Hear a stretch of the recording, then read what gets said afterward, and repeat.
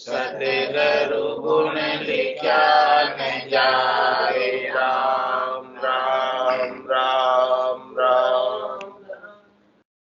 आप सभी के अंदर विराजमान परमात्मा के पावन चरणों में प्रणाम। राम राम। अनंत श्री सदगुरु सुखराम जी महाराज की अनभिवानी हरजस पद राग आशा 16 आरंभ हो रहा है।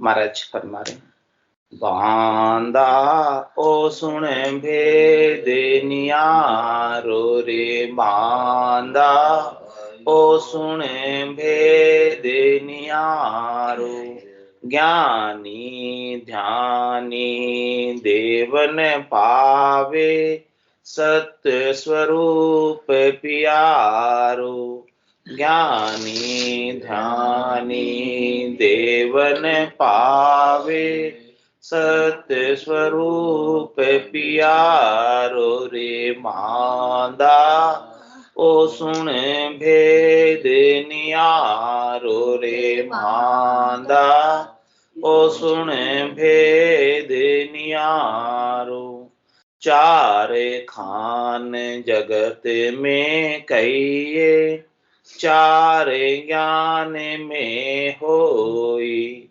चार खान जगत में कहिए चार ज्ञान में होई निज नाम की कला प्रगटे सो अद्भुत कहूँ तोई निज नाम की कला प्रकटे सो अद्भुत कहूँ तोई रे बांदा ओ सुन भेद नियारो रे बांदा ओ सुन भेद नियारो वेद खान अंकुर कहावे वेद इंड कहूँ खानी वेद खान अंकुर कहावे वेद इंड कहूँ खानी जर सो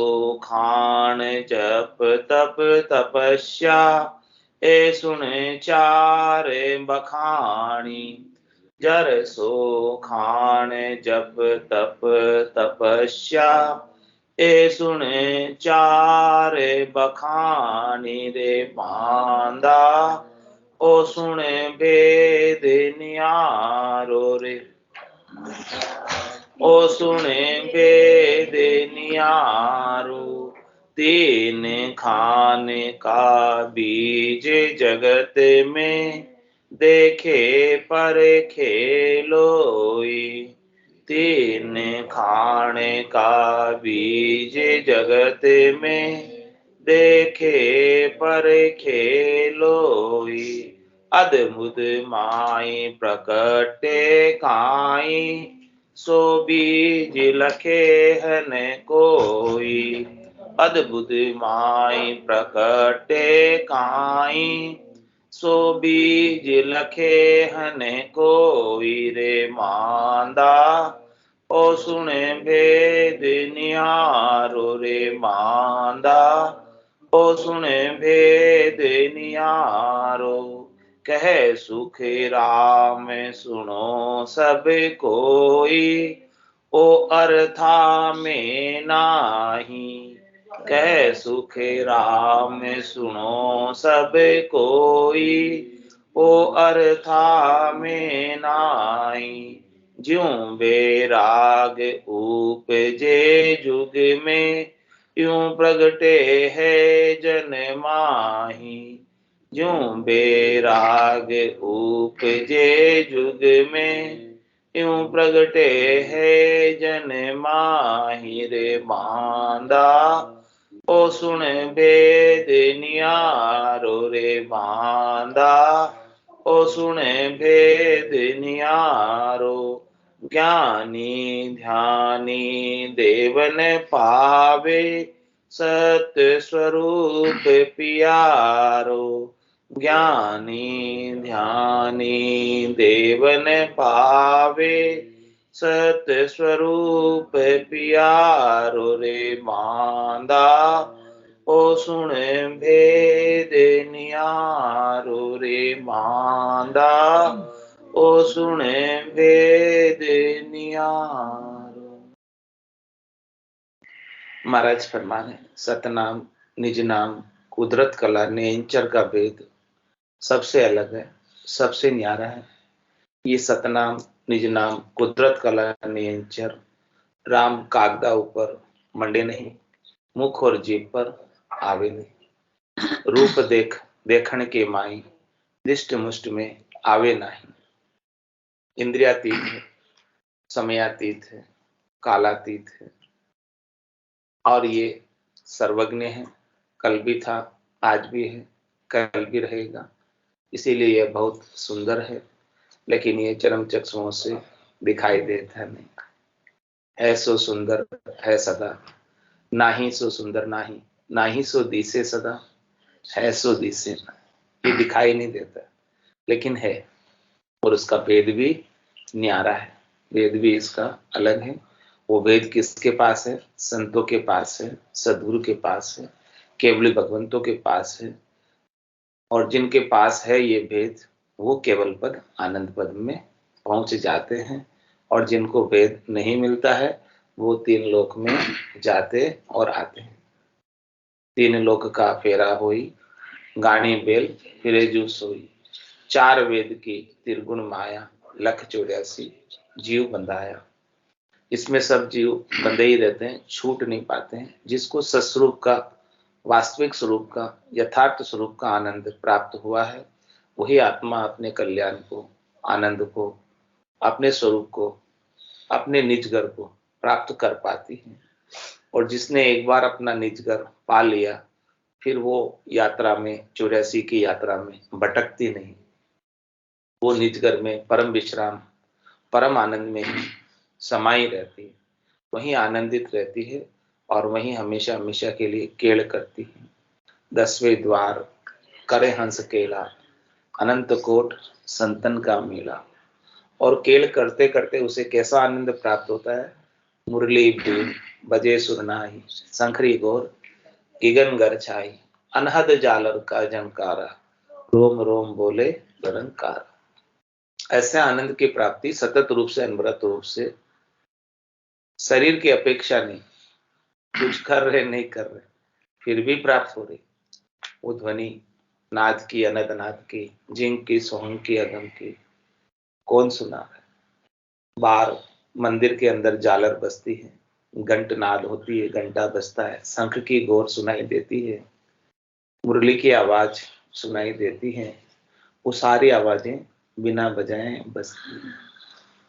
वो सब साधना करने वाला, भक्ति करने वाला जन ऐसी सब आवाजों को, ऐसी सब नाद को भीतर ही भीतर सुनता रहता है और अपने आनंद में मगन रहता है।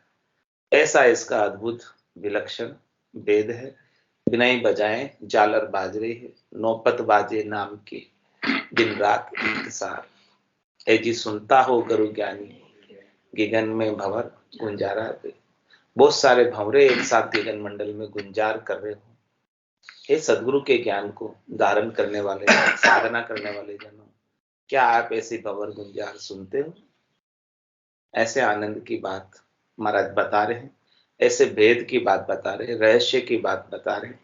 ऐसा आनंद प्राप्त होता है, सस्वरूप का ये आनंद है। तो इसको महाराज कहते हैं ज्ञानी ध्यानी देव न पावे। इसको ज्ञानी प्राप्त नहीं कर पाते, क्योंकि ज्ञानी अर्थ माई सो सोचे, यू अर्थात सुन्यारो। क्यों कर मिले पंडित को साहेब सस्वरूप विचारा। ये सस्वरूप का विचार ज्ञानी को, ध्यानी को, पंडित को, विद्वान को और देव को प्राप्त नहीं हो पाता है, क्योंकि वो अर्थों में सोचते हैं और ये अर्थों से बाहर है। अर्जुन व्यास किशन कन बिणिया, तो ये अर्था में नहीं आयोगे, ये अर्थों में आता ही नहीं है। बहुत कोशिश की है इसको अर्थ करने की, समझने की, समझाने की, लेकिन ये सारी बातें समझ से परे है, समझ से परे है। अपनी बुद्धि की इतनी ताकत नहीं है कि इस बात को समझ सके। अपनी बुद्धि की इतनी क्षमता नहीं है, चोट लगने से समझ में आती है, अपनी बुद्धि की इतनी क्षमता नहीं है कि ये अद्भुत विलक्षण ज्ञान को छे पावे। इसका अंतिम छड़ा कहाँ है, कहाँ से आरंभ हुआ है, इसका छे पाने की ताकत अपनी बुद्धि में नहीं है। तो अपनी बुद्धि को महाराज करें साइड करो, अपने गर्व, गुमान, अभिमान, विशेषता, अपनी पढ़ाई, अपनी लिखाई को साइड करो, क्योंकि इनकी किसी की ताकत नहीं है कि इसको प्राप्त कर पाए। साइड करके संतों के सदगुरु के ज्ञान के समक्ष अपना निजमन ले जाकर सौंप दो, तो संतों की सदगुरु की केवली भगवंतों का निजमन रीचेगा और निजमन की निजमन पर महर होगी और ये वेद के सहित ज्ञान गति में जागृत हो जाएगा। वेद सहित ज्ञान घटावे, प्रेम भाव न चो मन पावे, मोक्ष मिलन के यही है उपाय, दूजी नहीं शिष्ट में भाई। तू बांधा हो सुन भेद, ऐसा भेद ए भूप निज नाम मुख माय नहीं आवे, ज्ञान गम सो जा गत नाय पावे, तत्वरूपी गुरु की दिल मेर भाई, निज नाम जागे शिस्तन माय।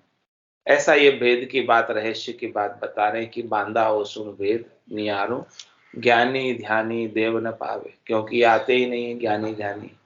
ज्ञानी ध्यानी तो ज्ञान के और ध्यान के अहंकार में रहते हैं कि हम तो सब कुछ जानते हैं, हम तो 4 वेदों के ज्ञाता हैं, 6 शास्त्रों के ज्ञाता हैं, 9 व्याकरण के ज्ञाता हैं, 18 पुराण के ज्ञाता हैं। तो जो पहले से ही ज्ञाता है, ज्ञानी है, उनको क्या चीज देंगे? जो पहले से ही भरे हुए हैं उसको मिलेगा ही नहीं। जो भरा हुआ है उसको कुछ नहीं मिलेगा, जो खाली है उसको मिलेगा। भोड़प में लेवे सो लेवे, परख न लेवे। आप परख के लेना चाहते हो तो नहीं ले पाओगे, बस भोड़प में लेना चाहते हो तो मिल जाएगा। ऐसा ये ज्ञान है। तो ज्ञानी ध्यानी देव न पावे, और महाराज कहते देव भी नहीं पाते, क्योंकि देवताओं की जो काया है वो तेजपुंज की काया होती, कार्मिक काया होती। तो कार्मिक काया सुखों के भोग के लिए प्राप्त होती है, उसमें कोई नए कर्म कर नहीं सकते। जो मनुष्य जन्म कार्जिक काया में किए हुए कर्म थे, पुण्य थे, उन सब पुण्यों का भोग करते हैं वहां पर। और सब पुण्यों का भोग करने के पश्चात वापस जब उनको कार्जिक काया मिलती है, मनुष्य काया मिलती है, नर काया मिलती है, और उसमें भी संत सदगुरु केवल भगवंत मिलते हैं, तो फिर ये ज्ञान प्राप्त होता है। इसके बिना तो नहीं होता। इसलिए महाराज कह रहे ज्ञानी ध्यानी देव न पावे। देवता इच्छा करते हैं, वो कहते हैं कि हमें भी ऐसा ज्ञान चाहिए। कहते हैं हो प्रभु मानव तन दीजिए, भरत खंड के माही, केवल भक्ति करा संत सेवा, और करा कछु नहीं। क्यों मांग रहे हैं वापस कार्जिक का या मानव तन क्यों मांग रहे हैं? क्योंकि उन्हें पता है कि हमें केवल्य का ज्ञान प्राप्त करना है, और केवल्य का ज्ञान प्राप्त करके संत आत्माएं हमारे लोकों का अतिक्रमण करते हुए ऊपर जा रही हैं।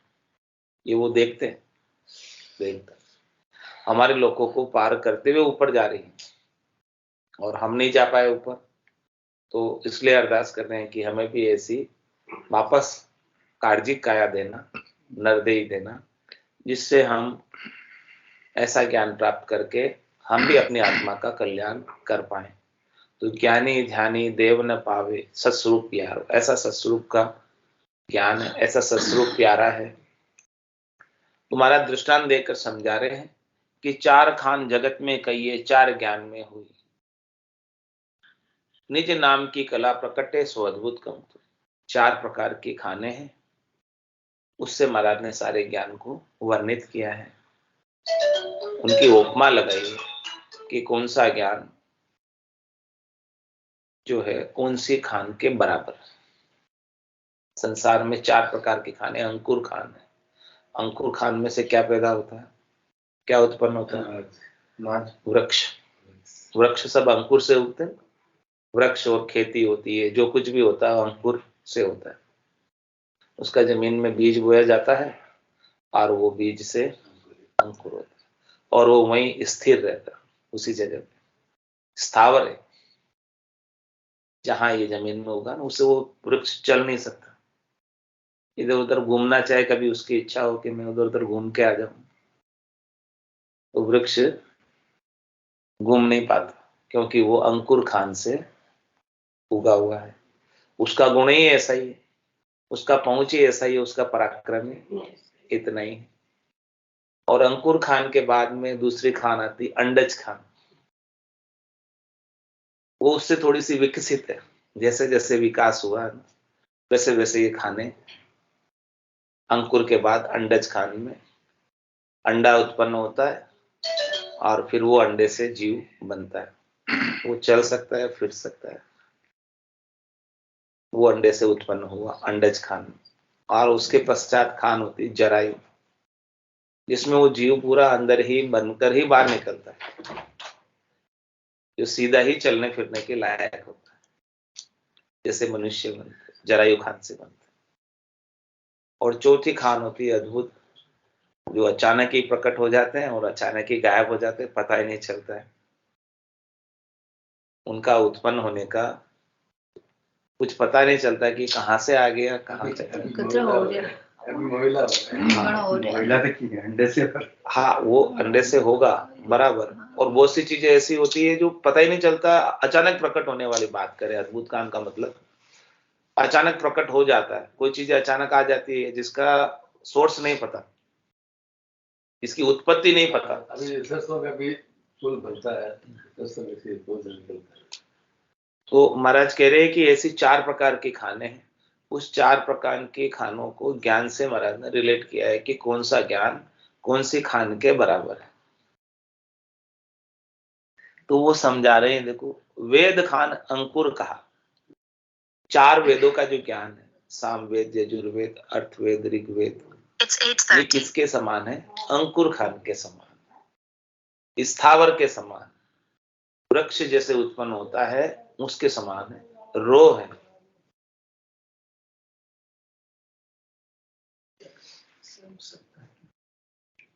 तो ये जो चारों वेदों का जो खान से महाराज ने कंपैरिजन किया कि अंकुर खान के समान ये 4 वेदों का ज्ञान है। और इसके बाद जो वेद के बाद आता है दूसरा भेद।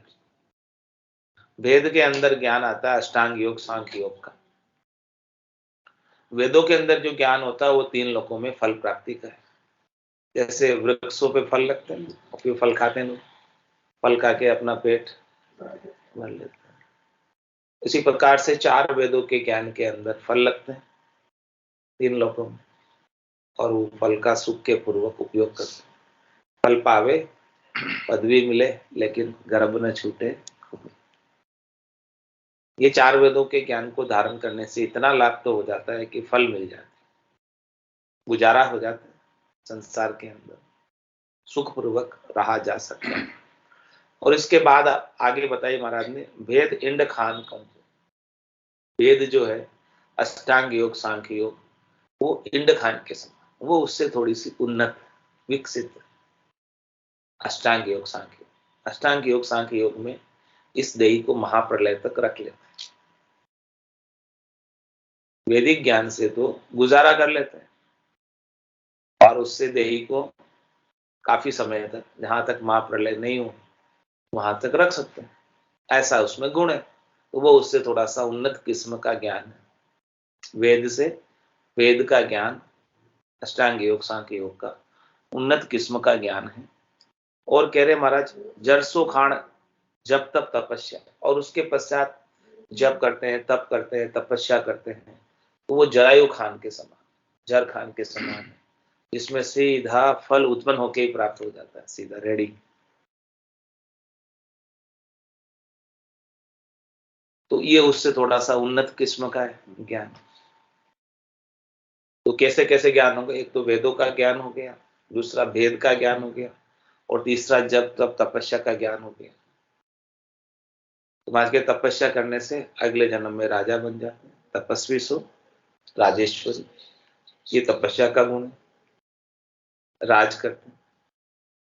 तो महाराज फरमा रहे हैं इस प्रकार से सारे खाने हैं। जब तब तपस्या का गुण जो है जरायु खान के समान है, जिसमें रेडी फल मिल जाता है, यानी अंदर से ही पूरा तैयार होके बाहर आता है। तो उसमें तैयार होके फिर अगले जन्म के अंदर राजा के रूप में आ जाता है। तो इस प्रकार से महाराज ने ये 3 खानों का वर्णन किया। और चौथी खान जो है वो अद्भुत खान है, जिसके अंदर कुछ पता नहीं है कहां से आया और कहां गया। उसका बीज दिखाई नहीं देता अद्भुत का। बाकी तीन खान का तो बीज दिखाई देता। वृक्ष उग रहा है, अंकुर फूट रहा है, उसके बीज में से फूट रहा है, वो बीज दिख रहा है, तब बीज में से अंकुर निकल रहा है और अंडा भी दिखाई देता है। और जरायु जो मनुष्य पेट के अंदर जर उसके अंदर से निकलते हैं तो वो भी दिखाई देते हैं। लेकिन अद्भुत कहां से प्रकटा, उसका कोई बीज देखने में नहीं आता। तो ये तीन खान का तो बीज है इस संसार के अंदर, तीन ज्ञान का तो बीज है इस संसार के अंदर। वेदों के ज्ञान का बीज है, अष्टांग योग सांख्य योग का बीज है, और जब तब तपस्या का भी बीज है। लेकिन ये बीज किस प्रकार के हैं? दिखाई देने वाले, दिखते हुए। जो चरम चक्षु से दिखता है वो सच्चा होता है कि झूठा होता है? आंखा देखी सांची की झूठी, सब सांची कहते हैं, आंखा देखी। तो ये सब चीजें जो है संसार के अंदर सब सच्ची कहते हैं, लेकिन महाराज कह रहे आंखा देखी सब झूठी। जो आंखों से दिखता है, जिसका बीज दिखाई दे रहा है, वो सब माया है। आंखों से माया ही दिखती है। रज मातर मूर्त कण होई, तब लग ब्रह्म नहीं माया कहूं तो। थोड़ी सी भी स्वरूप दिख रहा, आकार दिख रहा है, रूप दिख रहा है जिस किसी का भी, वो सब माया से रचित है। वो सब किससे रचा हुआ है? जो दिखाई नहीं दे रहा है आंखों से, चरम चक्षु से, वो सच है। तुम्हारा जो अद्भुत खान से उत्पन्न होता है वो दिखाई नहीं देता, उसका बीज भी। बाकी तीन खान से जो उत्पन्न हो रहा है वो तो सब दिख रहे हैं। तो दिख रहे तो किससे रचे हुए हैं? सब माया से ही रचे हुए हैं। ये आंखें भी माया की, इंद्रिया भी माया की, और ये जिसको देख पाती है वो सब चीजें भी माया की। आकार रूप जितना भी दिख रहा है सब माया का है। कि माया की आंखें माया को ही देख पाती, इन आंखों से परमात्मा के दर्शन नहीं होते।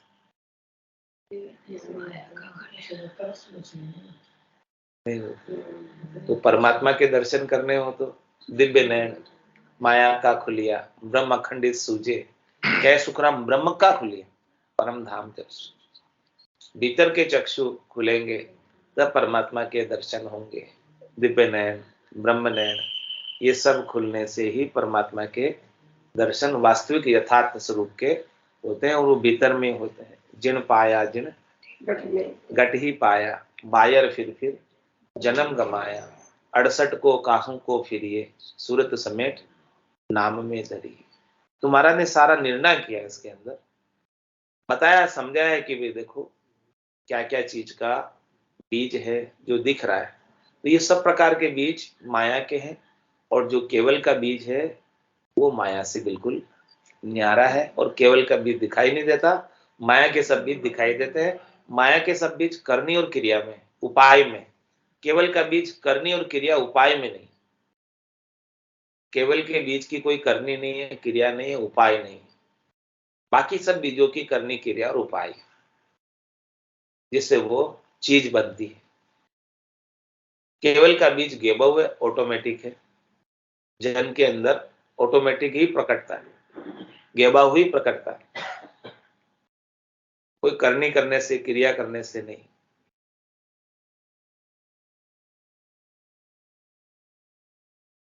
तो तीन खान का बीज जगत में देखे परखे लोई। कह रहे महाराज तीन खान के बीज को तो सब लोग आंखों से देखते हैं, परखते हैं, और फिर अद्भुत माई प्रकटे काई, सो बीज लखे न कोई।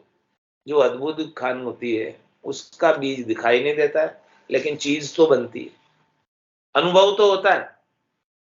चीज आती है, पहले नहीं थी वो वस्तु, अनुभव आई घट के भी,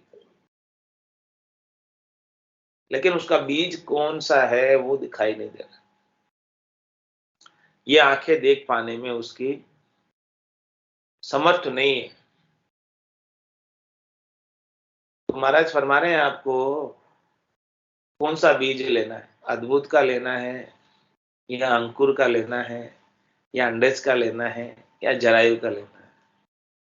3 खान तक का बीत लोगे, एक राम दशरथ कर डोले, एक राम गट गट में बोले, एक राम का सकल पसारा, और एक राम है सब सुन्यारा। 3 राम है लोक व्यवहारा, चौथे राम का करो विचार।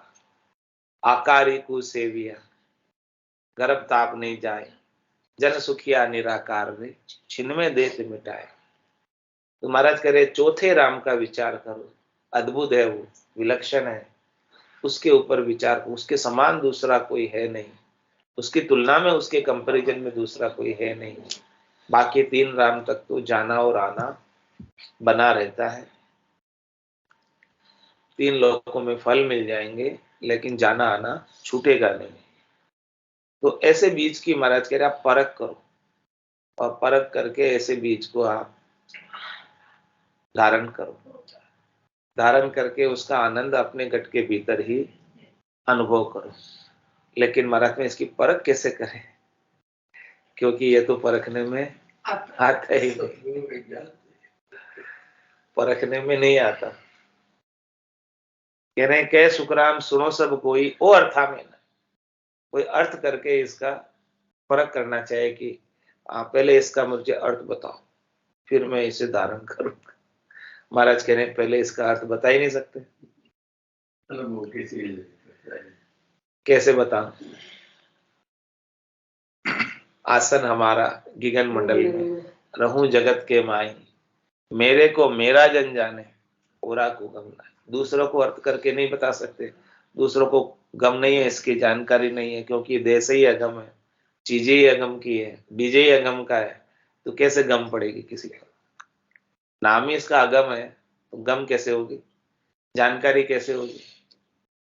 जिसने इसको पाया है, जिसने इसको धारण किया है, मेरे को मेरा जन जान, मेरा जन मतलब जिसने इस मेरे ज्ञान को धारण किया, वही इसके आनंद को, रहस्य को, वेद को जान पाता है। उसके बिना दूसरों को कोई जानकारी नहीं। कि ऐसा आसन गिगन मंडल में लगता है, गेबाऊ होता है, ऑटोमेटिक होता है, ध्वनि सुनाई देती है, नाद की, अनदनाद की, जिंग सोहम की, अगम की, ये सारी ध्वनियों को साधना करने वाला जन ही सुन पाता है, पास में बैठा हुआ भी नहीं सुन पाता है। रोम रोम से हुई रही निरंकार जुनका, निस्वासर 8वें प्रहर, रामचरण एक साथ, उठत बैठत जागता, सुताई सिमरन होई। रामचंद्र निरंकार धुनी बाहर रखे, बाहर पता नहीं चलता किसी को, भीतर में जो कोई भी हो रहा है वो साधना करने वाले जन के ही आनंद आ रहा है। तो कै सुखराम सुनो सब कोई, ओ अर्था में नहीं। फिर भी संतों ने, सदगुरु ने, केवली भगवंतों ने इसका अर्थ करके अपने को समझाया था कि थोड़ा बहुत तो ये ज्ञान अपने को समझ में आता है, लेकिन पूर्ण दया ये अर्थों में नहीं, क्योंकि इसके बराबरी में दूसरी कोई चीज हो तो उसके जैसा कह के बता दे कि वे इसके जैसा है, अतुलनीय है, उसके जैसा है ही नहीं कोई, तो कैसे बताए कि इसके जैसा है। वे सूरज के जैसा है कि चांद के जैसा है कि इसके जैसा है। हाँ, कोई शेप बताए, आकार बताए, कोई रूप बताए, ऐसा तो कुछ है नहीं इस ज्ञान में। ये तो निराकार ज्ञान है, आकार इसमें कुछ है नहीं। तो कैसे दृष्टांत देकर समझा रहे कि ज्यों बैराग उपजे जुग में, यूं प्रकटे है जन्माही। कह रहे हैं कि जिस प्रकार से संसार में किसी को बैराग उत्पन्न होता है और वो गृहस्थी को छोड़ के बैरागी हो जाता है। गृहस्थी को छोड़ के कौन बैरागी, कोई जिसके बैराग उत्पन्न हुआ वही तो होगा। जिसके बैराग जागा ही नहीं तो वो गृहस्थी को छोड़ के थोड़ी जाएगा, सारी सुख सुविधाओं को छोड़ के थोड़ी जाएगा। वो शरीर से बैराग की बात, वो दृष्टांत है। ऐसे ही महाराज फरमा रहे कि जिसके गट के भीतर आत्मा के ऊपर ये बैरागी आ गए, ऐसा बैराग उत्पन्न हो गया, वो फिर माया और ब्रह्म के कुल में नहीं रहेगी, वो फिर गुरुपद देश में ही निवास करेगी। लेकिन ये बैराग भी अचानक उत्पन्न होता है बाहर भी, और वो अचानक ही छोड़ देता है गर्भस्थ। इसी प्रकार से ये भी आत्मा के ऊपर बैराग भी ये भाव ऑटोमेटिक उत्पन्न होता है संतों की, सदगुरु की, केवली भगवंतों की कृपा से। और वो आत्मा फिर ये माया और ब्रह्म के कुल में शरीर धरकर नहीं आती,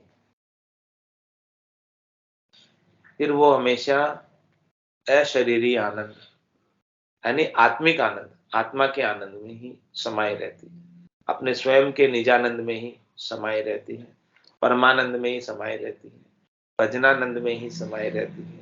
और वो बूंद बूंद नहीं होकर परमात्मा रूप होकर परमात्मा मय हो जाती है। और फिर उसे कोई 84 में सुख दुख देखने के लिए आने की आवश्यकता नहीं होती है।